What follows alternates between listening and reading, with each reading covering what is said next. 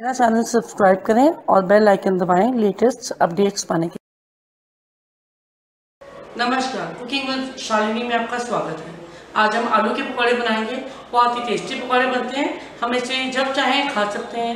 हमें हल्की फुल्की भूख लगे हम इसे खा सकते हैं। चाय के साथ आप इसको खाएं, बारिश के मौसम में आप इसको खाएं, बहुत ही अच्छे लगते हैं। तो आइए देखते हैं आलू के पकौड़े बनाने के लिए हमें किन चीज़ों। आलू के पकौड़े बनाने के लिए हमें चाहिए बेसन, आलू, लहसुन, लाल मिर्च और नमक। आइए अब हम बनाना शुरू करते हैं अपने आलू के पकौड़े। आलू के पकौड़े बनाने के लिए हमने 1 कटोरी जो है बेसन की ली है। इसे हम अपने बोल में डाल लेंगे।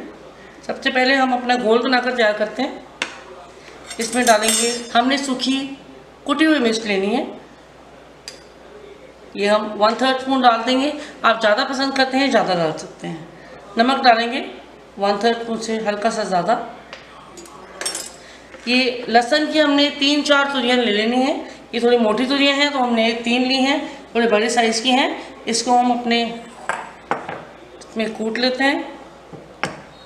इसको फ्रेश कूटें, ज़्यादा इसका जो है फ्लेवर आएगा, बहुत ही बढ़िया फ्लेवर लगता है फ्रेश। इसको पीस कर आप बेलन के साथ पीस सकते हैं अगर आपके पास ये नहीं है तो। इस तरह से हमने इसका जो है बिल्कुल इसको अच्छे से पीस लिया है पाउडर फॉर्म में। इसको हम डाल देंगे अपने घोल के अंदर।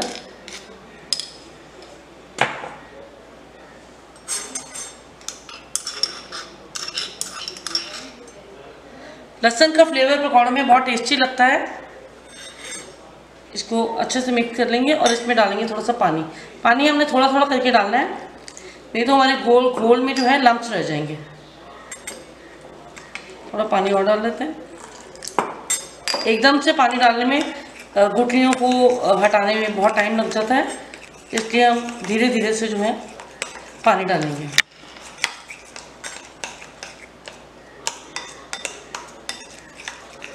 थोड़ा सा इसको पतला कर लेते हैं।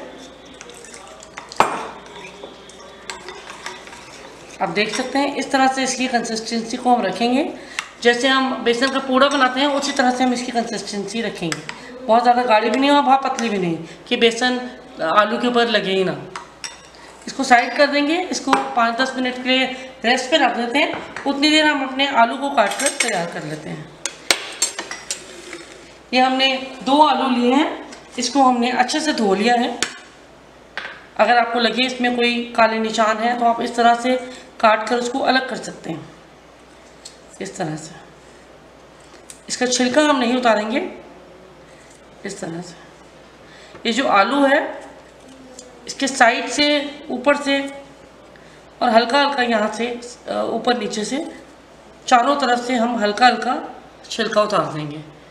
पूरा छिलका हमने इसका नहीं उतारना है। इसको हमने इस रुख में नहीं रखना है, इस रुख में रखेंगे जिसमें इसकी जो गुलाई है वो ज़्यादा है। इसको हम काट लेंगे। आलू काटने का भी तरीका होता है। अगर हम इसको मोटे मोटे आलू काटेंगे तो हमारे पकौड़े जो है बिल्कुल बेकार बनेंगे और बीच में कच्चे भी रह सकते हैं। तो हम इसको बिल्कुल पतला पतला बनाएंगे, जो है काटेंगे आलू को इस तरह से। आप देख सकते हैं इस तरह से काटेंगे। इस तरह से काटने से आलू के पकौड़े जो हैं बहुत ही टेस्टी बनते हैं। ये बहुत ही अच्छी टिप है, आप इसको ज़रूर याद रखें और इसी तरह से आलू को काटें। आपके पकौड़े बहुत ही बढ़िया बनकर निकलेंगे। इस तरह से हमने सारे आलू को इसी तरह से काट कर तैयार कर लेना है। आलू को हमने अच्छे से, आप देख सकते हैं, पतला पतला काट लिया है। इसके ऊपर अब हम नमक डालेंगे। नमक हम चम्मच से नहीं, हाथ से डालेंगे, नहीं तो नमक क्या होता है कि सही तरीके से लगता नहीं है, ज़्यादा गिर जाता है। इस तरह से हम बिल्कुल चुटकी भर नमक जो है डालेंगे और इस तरह से चुटकी भर लाल मिर्च भी डाल देंगे।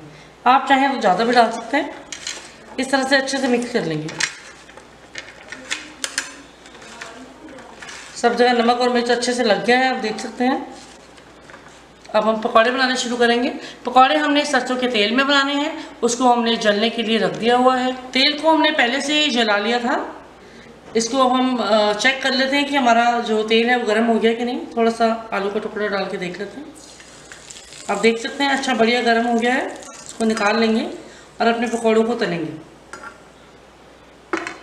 ये जो हमने आलू में नमक और मिर्च डाला है इसको हम अपने घोल के अंदर एक बार मिक्स कर लेते हैं।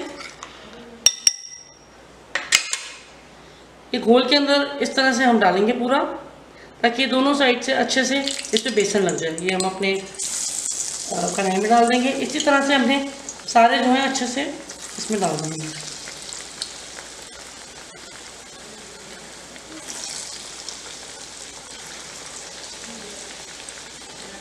बहुत ही आसान है बनाने, बहुत टेस्टी बनते हैं। जितने हमारे जो पकौड़े हैं, जितने एक बार में आए हम उतने ही उसमें डालें, एक के ऊपर एक ना करें, नहीं तो हमारे पकौड़े एक दूसरे के साथ चिपक जाएंगे और बेसन इसका बिल्कुल उतर जाएगा, सही नहीं बनेंगे। गैस को तेज़ रखेंगे, अभी इसको मोड़ लेंगे। पकौड़ों को अभी हम जो है पूरा नहीं बनाएंगे, आधा ही बनाएंगे। इस तरह से आधा मिनट के लिए हम पलट के रखेंगे और इसको निकाल लेंगे एक प्लेट में। ये हम निकाल लेते हैं इस तरह से। ये हमने कच्चे ही निकाल लिए हैं।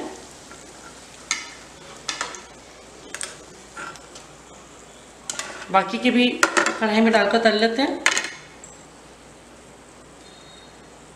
इस तरह से।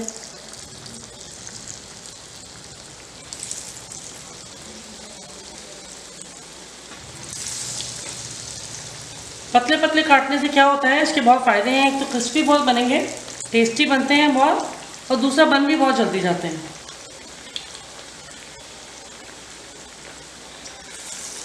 देख सकते हैं, और जगह नहीं है इसमें डालने की। इसको भी हम नहीं हिलाएंगे, जल्दबाजी में हमने इसको अगर हिला दिया तो फिर वही बात है कि बेसन जो है बिल्कुल निकल जाएगा और सही नहीं बनेंगे। आप देख सकते हैं कलर हल्का सा चेंज होने पर हम इसको हल्का सा यूँ उठाकर देख लेंगे। अगर तो ये हिल रहे हैं तो हम इसको मोड़ देंगे। ये हिल रहे हैं, हम मोड़ देते हैं।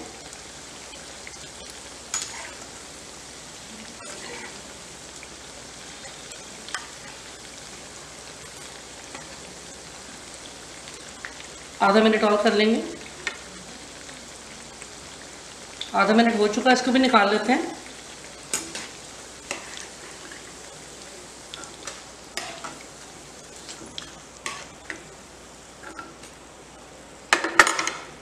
फिर से डाल लेंगे।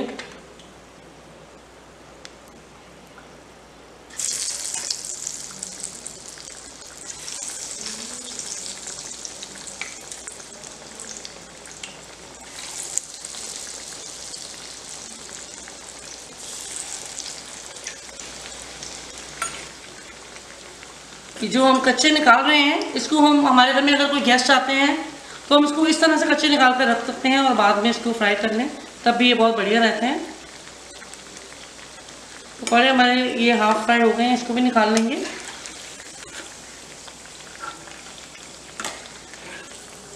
इस तरह से आप बनाकर रख दें कच्चे निकाल कर, और जब आपने खाने हो आप उसी टाइम उसको फ्राई करें।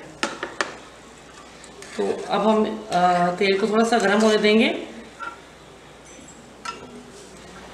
अब ये पकौड़े इसमें वापस डाल देते हैं।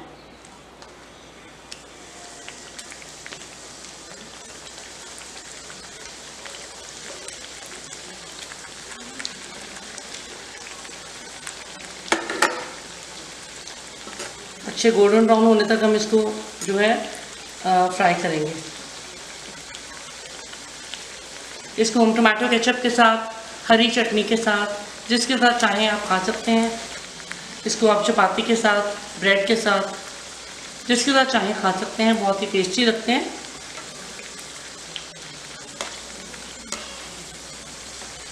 साइड मोड़ लेंगे। आप देख सकते हैं बड़ा अच्छा कलर आ गया इसमें। शक्ल से ही लग रहे हैं जैसे बहुत क्रिस्पी हो गए हैं। बेसन हमें अच्छी क्वालिटी का लेना है, नहीं तो हमारे पकौड़े क्रिस्पी नहीं बनेंगे। कुछ लोग बेसन में बेकिंग पाउडर डाल लेते हैं या उसको क्रिस्पी करने के लिए। उससे क्रिस्पी तो हो जाते हैं, लेकिन घी जो है बहुत सोख करता है वो। तो मेरी राय है कि आप बेकिंग पाउडर इसमें ना डालें।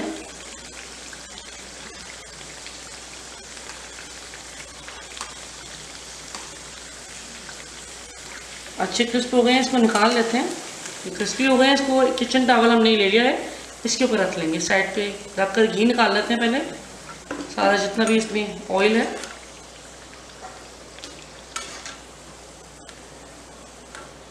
ये तो हमारे निकल आए। अब हम बाकी के भी डाल के कर लेते हैं। बहुत अच्छी खुशबू आ रही है। आप भी ऐसे बनाएं घर में अपने और चाय के साथ इसको खाएं, बहुत मज़ा आएगा आपको। सारी चटनीज़ की रेसिपी जो है मैंने अपने डिस्क्रिप्शन बॉक्स में आप देख सकते हैं मेरे, उसमें मैंने सालसा की चटनी भी डाली हुई है। इसके साथ बहुत टेस्टी लगती है। हरी चटनी की आप रेसिपी देख सकते हैं, बहुत ही बढ़िया लगती है इसके साथ खाने में। ये हमारा गरम है, इसको मोड़ते रहेंगे। अच्छे क्रिस्प हो गए हैं, इसको भी निकाल लेते हैं।